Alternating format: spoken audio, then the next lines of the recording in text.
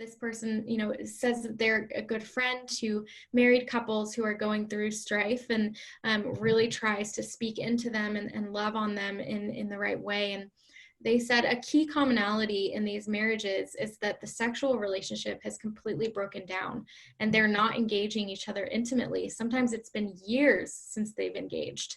It seems to me like I can see the fallout of how this further breaks down the marriage.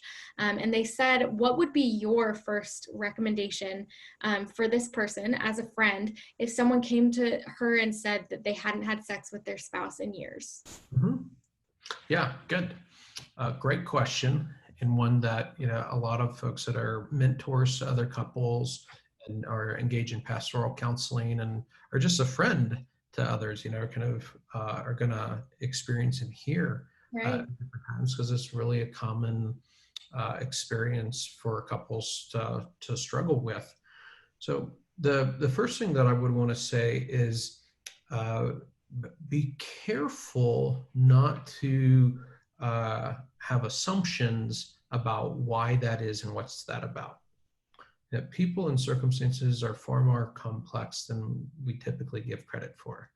That we oftentimes either have a personal experience with something or know somebody that has an experience with something, and it is totally true and totally makes sense for our experience, our situation, or the one that we know of. And we can tend to generalize that to everybody, that I had this happen, and so I know exactly what that's about, and I know exactly what needs to happen. And that may be true if their story is exactly like your story, and they as an individual and as people are exactly like you.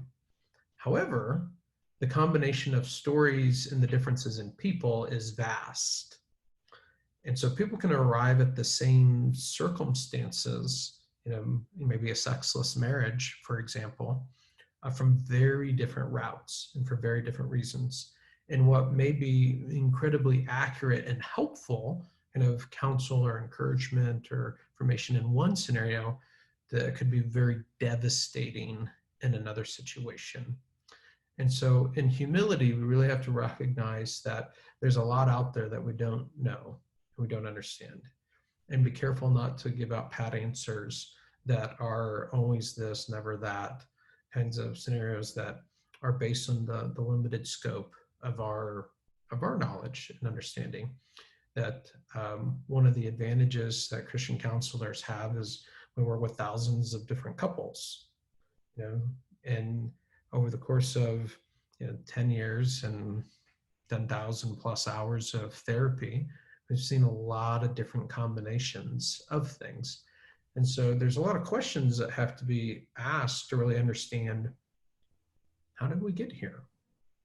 Right? What is this about? Right? So as a friend, as a mentor in that space, you want to be careful not to jump to conclusions about why things are the way that they are. Be curious about their experience. Grieve the realities of their situation with them. Be a safe place for them to be able to share that, and someone who can hold that with them. You don't have to have the answers to be supportive and to care for them, and to really allow them to share their story and encourage them to address the things that have gotten them there. Right? The solution is not just go have sex. Right? There's a reason why we're in this place. We want to address the reasons that are how we got here. And out of addressing the reasons that got us here, for us to create a context to rekindle a really healthy sexual connection. Totally true, totally valid that a sexual disconnect in a relationship really hurts a relationship, and that creates distance and disconnect in a way that's not God's design, and you totally want to look into and address. You just don't want, the solution isn't just go have sex. Understand how we got here, address the things that got us here, so that then we can rekindle and build something healthy and good out of that context. So that's what I would say to those that find themselves in that kind of situation of hearing from a friend or someone you love about their situation. Yeah, really just getting to that root issue, Mhm. I think is so important. And, I think for, the friends who are sharing with you that this is their experience, that's such a vulnerable thing to share. And sometimes, I mean, sometimes people just need you to listen. Sometimes they're just kind of letting you in and processing with you. And yeah, but that's a hard situation. And I love the heart that this question comes from, of just really wanting to pour into people and really wanting to help that. But such good advice. Yeah, and definitely be super cautious if you're having some struggles in that same area in your relationship. That oftentimes I will find the folks that are the most vocal about knowing the answer as to what needs to happen are speaking out of pain and struggle that is active in their own life. Mm. And they're saying what they think should happen in their situation that isn't happening, and they kind of project that out on the others in a way that can be really damaging and destructive. And so it's perfectly okay to say, you know what, we're having some struggles in the same area, and I don't have answers and solutions, and we're trying to sort through and figure it out as well. Like that in of itself can be very helpful in just undoing people's aloneness and help them feel like they're not the only one, and that can really have compassion for them in that situation, and together can kind of seek out finding answers rather than trying to kind of work through your own stuff through somebody else's situation.